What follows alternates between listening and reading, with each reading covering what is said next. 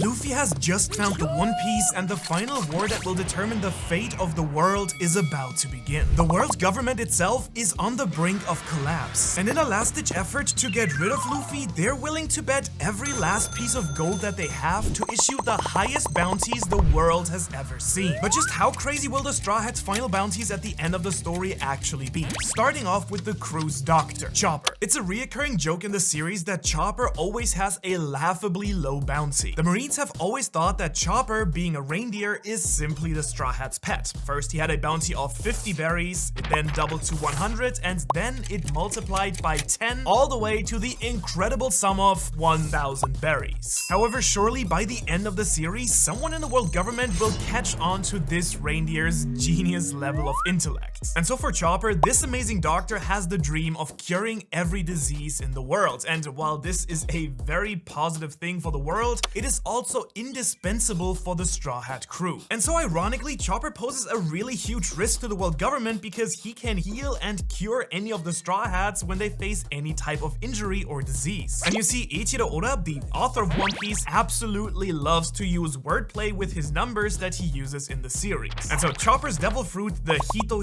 no Mi, or human fruit, can actually also be read as Hito, as in the Japanese word for the number 1, Hitotsu. And therefore I only think it makes sense that Chopper's final bounty would also include Hito 11 in honor of his devil fruit. And that's why I'm going to multiply his current bounty by 1,000, which will bring him to 1 million berries, but for good measure, we're going to throw in an extra 100,000 that brings Chopper's bounty to 1,100,000 berries. And someday, when the Straw Hats finally reach the One Piece, they'll only make it there due to Nami's navigation skills. As the Straw Hats navigator, they literally couldn't get anywhere without her. The only reason they're able to brave the perilous seas of the One Piece world is through her expert understanding of the weather and the landscape. And so therefore, hugely increasing her current bounty makes sense due to the danger she presents to the world government. Now, to be fair, as a fighter, Nami has long been one of the weakest members of the Straw Hat crew and has always had a hard time holding herself against the members of Yonko crews. However, after recruiting Big Mom's cloud homie Zeus to her side, she has become a more threatening fighter than ever. And so it might seem extreme to bring Nami of all people above 1 billion berries, but we have to remember, these are the bounties of the Pirate King's crew, and possibly the last bounties that the world government will ever be able to put out.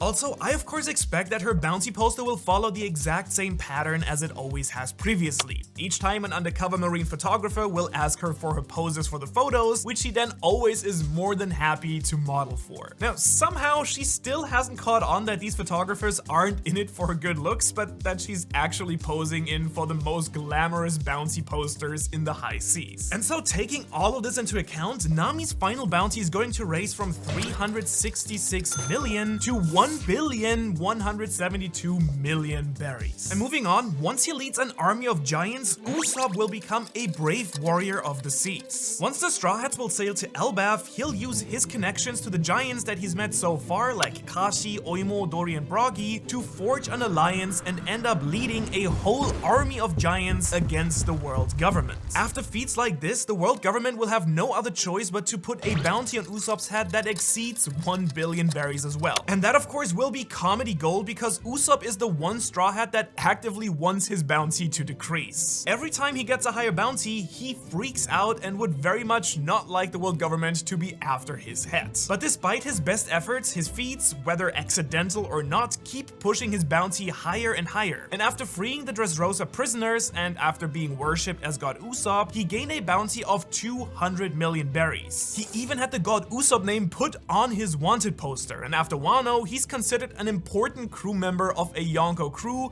and raised to 500 million berries. Now, it's not really out of the ordinary for a Yonko crew member to have a bounty of 1 billion or higher. While Usopp's strength, at least right now, doesn't justify this high of a number, the government won't know how weak Usopp actually is in a head-to-head battle. All they'll know is that he has an army of giants at his disposal, and who knows, maybe the theory that Usopp will awaken Conqueror's Haki will actually turn out to be true in the end as well. And so by the end of the story, I want Usopp to have a bounty of 1,100,000,000. But wow, if Usopp's bounty actually turns out to be over 1 billion, just imagine how high Luffy's will be by the end of the series. Moving on, I'm surprised that Brook's bounty poster actually says dead or alive, death because, I mean, he's already dead.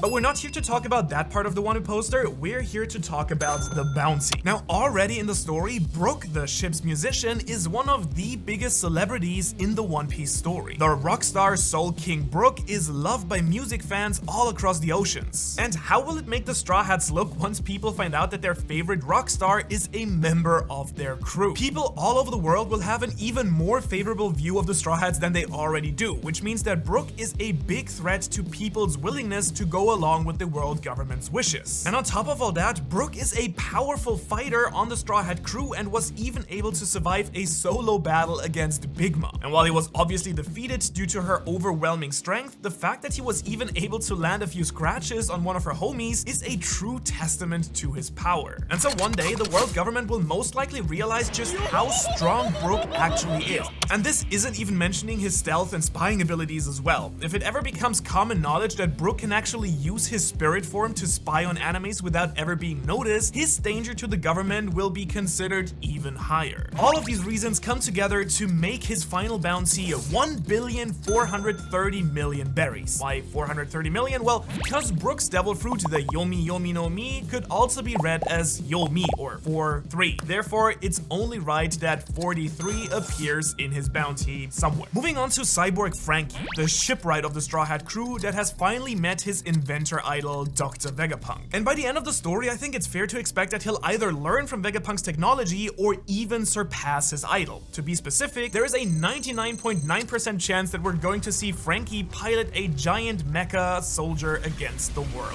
government. And even without a giant robot, Franky's one of the strongest fighters on the crew. Already existing Franky inventions like General Franky or Franky Shogun are powerful enough to fight super strong pirates, earning him a current bounty of 394 million. After all, he did deserve a huge bounty increase after he motorcycled Big Mom right in the face. And after all, in the same way that Nami is invaluable to the crew to her navigation skills, the Straw Hats wouldn't be able to make their voyage without their ship, the Thousand Sunny. Franky not only built this ship, but he's also constantly repairing its damage as well as giving it powerful upgrades. And we already saw how hard the world government came down on Tom, Franky's stepfather, the shipwright for Gold Roger's ship. So imagine how severely he'd be punished if he was actually Roger's crewmate. And that in itself is already worth of a huge bounty. So by the end of the story, Franky will have a bounty of 1,832,000,000 berries. Which brings us to Jimbei, the Knight of the Sea, the former captain of the Sun Pirates, and a former warlord. But despite all of these crazy former titles, Jimbei is now first and foremost the helmsman of the Straw Hat crew. Now the world government needs to be prepared to defend themselves at sea, because in the final war they'll have to deal with legions of fishmen and sea kings being led by Jimbei. After Wano, Jimbei already has a 1,000,000,000 berry bounty. Since he is already over 1,000,000,000, there's only one way to go: up. He is undoubtedly one of the fiercest fighters of the Straw Hat crew. As a fisherman, he is unstoppable in the ocean with the ability to take out entire ships with one attack from his fisherman karate. On top of that, he is a great leader and strategist who can step in when Luffy is otherwise occupied.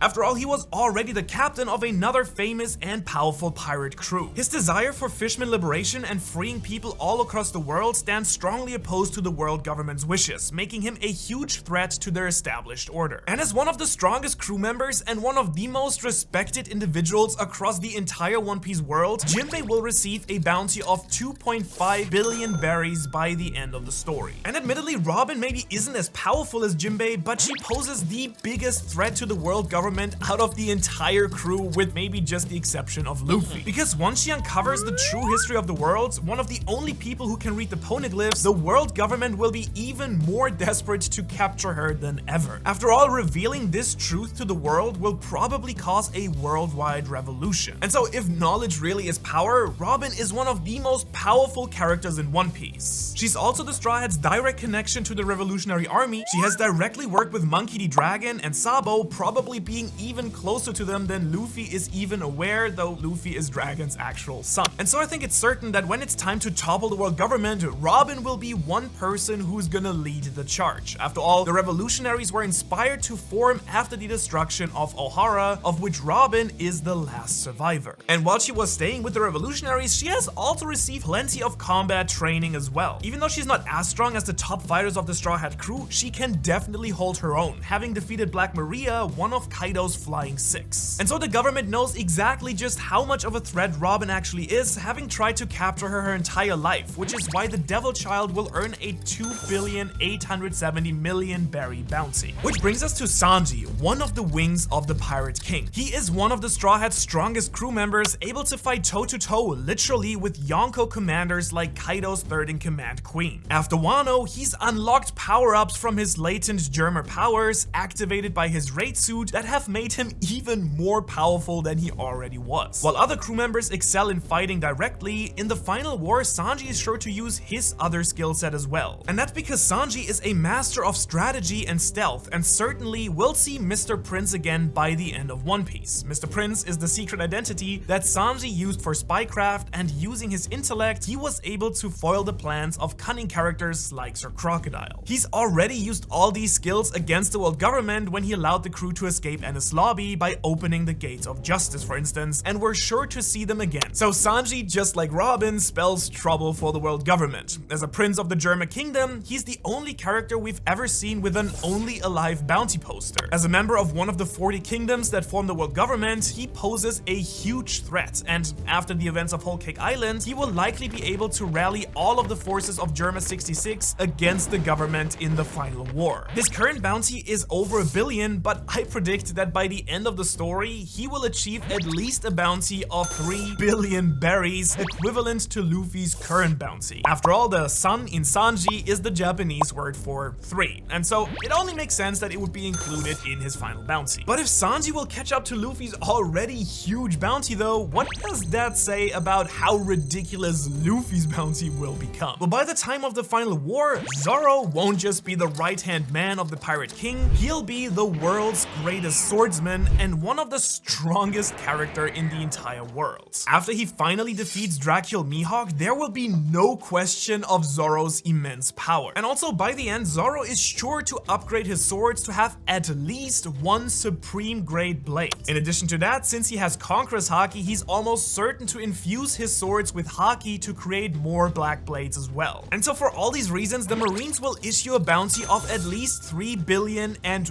1 berry. Yes, this number is a single berry above Sanji's bounty, and nothing would make Sanji more furious than having his final bounty be lower than Zoro's, even if it's just by a single berry. This would be a top tier joke from Oda, who's already playing a lot into the Sanji versus Zoro dynamic, and we don't think he'd pass on the opportunity for such a comedic moment. Zoro and Sanji have been really close in powers and always been at each other's throats, but all in all, Zoro does deserve the higher bounty, even if just by a little bit. After all, he's been with Luffy from the start of the adventure and has been willing to sacrifice everything for his captain. Which finally brings us to the captain of the Straw Hat crew, because Luffy will follow in his father's footsteps and become the most wanted man in the world. He will also take after the former Pirate King Goldie Roger and earn the highest bounty the world government has ever officially issued. Why? Well, he's the man who attacked Enies Lobby, he's the man who punched a Celestial Dragon, he's the man who coordinated the largest prison break in Impel Down history. He joined Whitebeard's war against Marineford, he's an Emperor of the Sea, having taken down Kaido, and he's the inheritor of the Nika Nika fruit, the next Joy Boy, and the warrior of liberation. When Luffy becomes Pirate King and finds the One Piece, he will bring the dawn of the world, and he will very likely topple the world government's powers, destroy Marijoa, and end the Celestial Dragon's rule. For all of this and much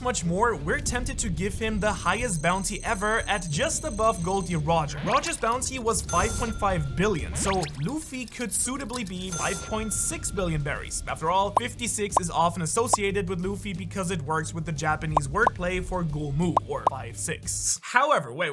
However, we all know that Luffy doesn't have the Gomu Gomu no Mi. There is no such fruit as the Gomu Gomu no Mi. Like Chopper, he has the model of the Hito Hito no Mi, the human fruit model Nika. And as we discussed earlier, the wordplay for Hito is 1. Hito, so 1.